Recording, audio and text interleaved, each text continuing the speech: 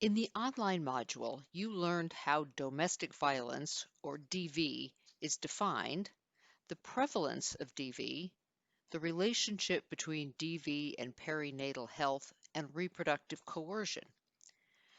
Domestic violence is often the basis for trauma in the families where it occurs. We know that some women, now in abusive relationships with a partner, have witnessed DV in their families during childhood and most likely have suffered trauma as a result. In this lecture, we will briefly talk about the effects of trauma and trauma-informed approaches that can help you in your role. Later, we will dig a little deeper into how DV affects children and parenting styles. It's important to understand the potential effects of trauma when we talk about the topic of domestic violence.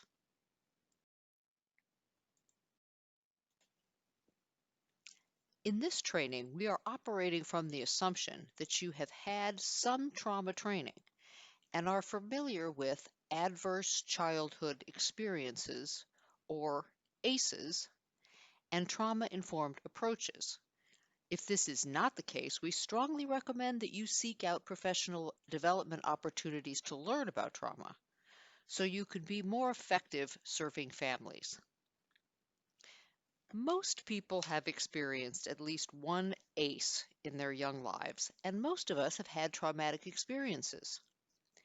The benefit of coming from a universal framework like this is that instead of talking about us versus them or you versus me, we can talk about all of us.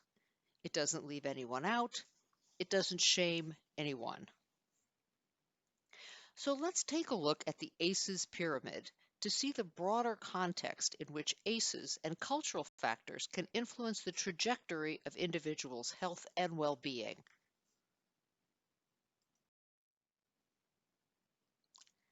These 6 principles have been adapted from the Substance Abuse and Mental Health Service Administration's publication, Concept of Trauma and Guidance for a Trauma-Informed Approach. They were designed to be applied at an individual person-to-person level, which fits perfectly into your role. While these principles for a trauma-informed approach can be applied to all cases where individuals have experienced trauma, for the purposes of this training, the examples we're providing are specific to the trauma associated with domestic violence. First, safety.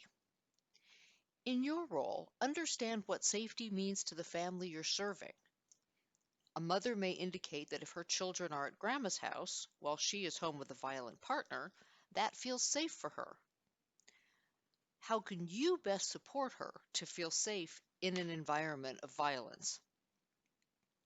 Next, trustworthiness and transparency.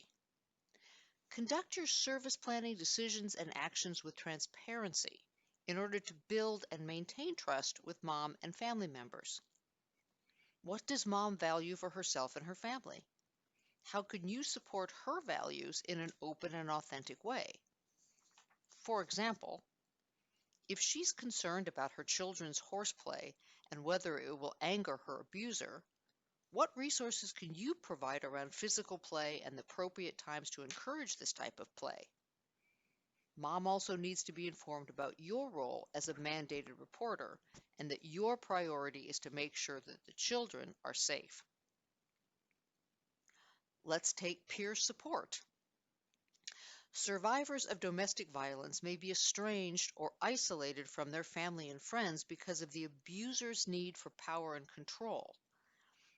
Helping mom know that she is not alone, that there are other women who have dealt with and survived abuse by a partner, can help her feel less isolated and even hopeful. Knowing there are programs and services in the community that have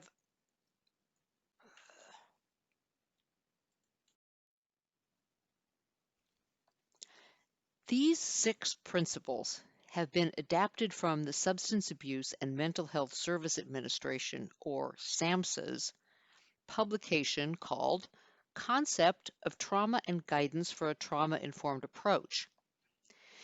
They were designed to be applied at an individual person-to-person level, which fits perfectly with your role.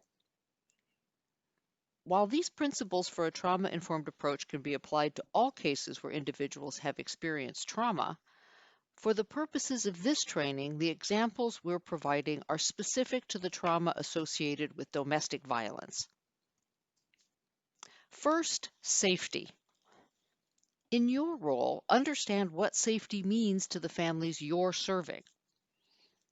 A mother may indicate, for example, that if her children are at grandma's house while she is home with a violent partner, that feels safe to her.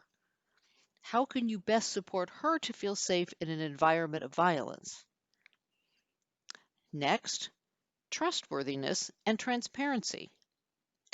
Conduct your service planning, decisions, and actions with transparency in order to build and maintain trust with mom and family members. What does mom value for herself and her family? How can you support her values in an open and authentic way? For example, if she's concerned that her children's horseplay will anger her abuser, what resources can you provide around physical play and the appropriate times to encourage this type of play? Mom also needs to be informed about your role as a mandated reporter and that your priority is to make sure children are safe. Next, let's take peer support. Survivors of domestic violence may be estranged or isolated from their families and friends because of the abuser's need for power and control. Helping mom know that she is not alone, that there are other women who have dealt with and survived abuse by a partner, can help her feel less isolated and even hopeful. Knowing there are programs and services in the community that have DV survivor support groups can also be empowering, even if she's not ready to leave. Next, collaboration and mutuality. Healing happens within the context of relationships and in the meaningful sharing of power and decision-making. Your role is not to push or encourage mom to do anything she's not ready to do. Your role is to let her know you are there for her. Listening is a powerful tool. Use it frequently, and when appropriate, ask strategic questions to help mom think reflectively. Use advice sparingly. The next principle is empowerment, voice, and choice. Recognize mom's strengths and help her build upon them. She may not recognize her own strengths, so you help her discover them.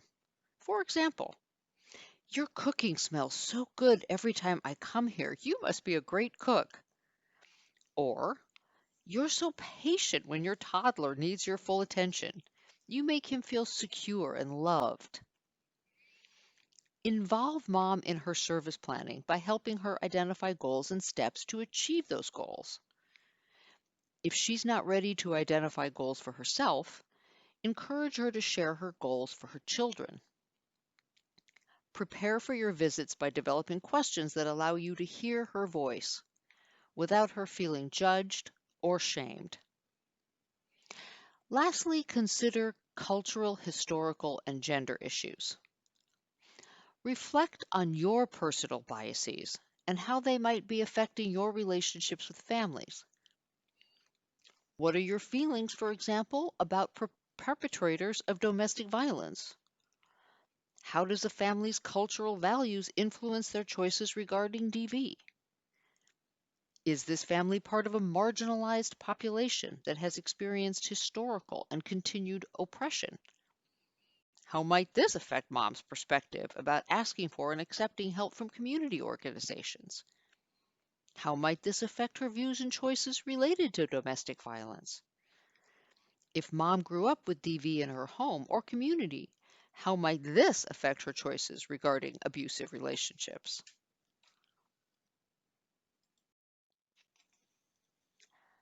The 4 R's of trauma-informed approaches also come from SAMHSA's concept of trauma and guidance for a trauma-informed approach, and they are to be applied at the individual level. They can help guide your role as a home visitor helping families through trauma. Step 1. Realize. Seek opportunities to learn more about trauma and its potential impact on the families that you serve. There is an understanding that trauma plays a role in mental health and substance use disorders. It is integral to many service systems such as home visiting, child welfare, criminal justice, behavioral health, primary health care, and community organizations. Furthermore, trauma is often a barrier to effective outcomes in these systems, so it will help both you and the families you serve to learn more about trauma. Secondly, recognize. Be able to recognize the signs and symptoms of trauma in families, your team members, and yourself. Do you know what you're looking for? Can you recognize the signs of vicarious trauma in your teammates? What are some signs that you are experiencing secondary or vicarious trauma? If you don't know these signs, seek resources to learn more about them. Next, respond.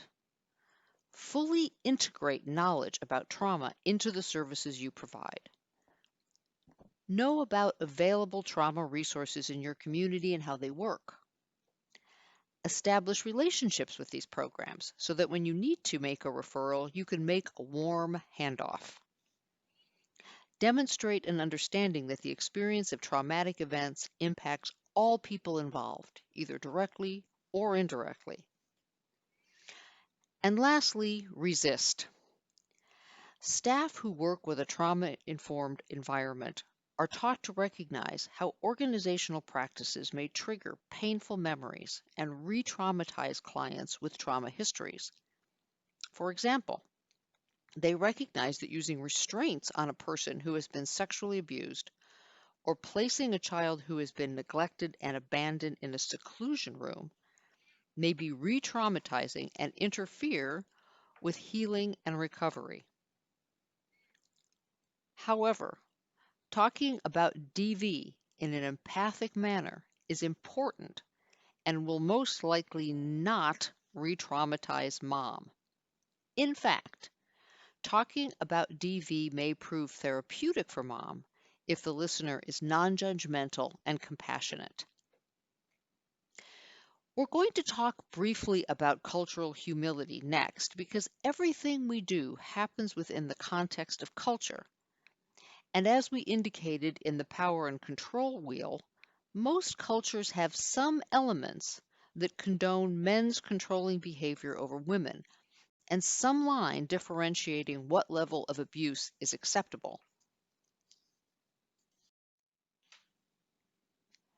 Throughout this training, we should be in an ongoing process of asking ourselves the hard questions. Questions like, what have we learned? How can we make it better? What resonates with families?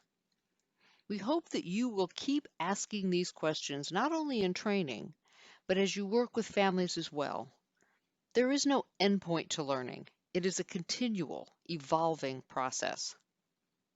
In fact, the definition of cultural humility is that it is not a discrete endpoint, but a commitment and active engagement in a lifelong process that individuals enter into on an ongoing basis with clients, communities, colleagues, and themselves. It asks one to inquire and seek to understand rather than judge and assume. So why is this important? The humility concept compels all of us to grow as individuals, to rectify power imbalances, to build mutually beneficial partnerships on behalf of marginalized populations, and to hold institutions and systems accountable for perpetuating practices and policies that do not support equity. To this point, when we look to the community and families as expert teachers, it flips the power dynamic in a way that can be profound for the families you serve and for yourself. Are you open to learning from families that we serve? Do you truly recognize and support their expertise about their own families? Cultural humility is a lifelong process of learning, self-reflection, and self-critique. It is an approach that helps us effectively work and live with differences. So, why did we spend time talking about cultural humility before we address DV screening? There are several reasons. First, the topic of DV has many cultural components, including the concept of self, gender, gender roles, health, and parenting. Secondly, the more comfortable you are in your role and your relationship with the family, the more likely it is that families may be comfortable talking with you about DV. If parents or caregivers feel you are respectful and non-judgmental about their family and its culture, they may be more likely to answer questions about DV accurately. And finally, if home visitors continue to practice cultural humility, parents or caregivers may feel they can open up about DV over time. We're going to revisit the topic of culture later. It plays a foundational role in the complex issue of domestic violence. If you're interested in learning more about cultural humility, you can register for a cultural humility class through WCWPDS-UW-Milwaukee. Check out our training calendar on our website for the next available classes and locations.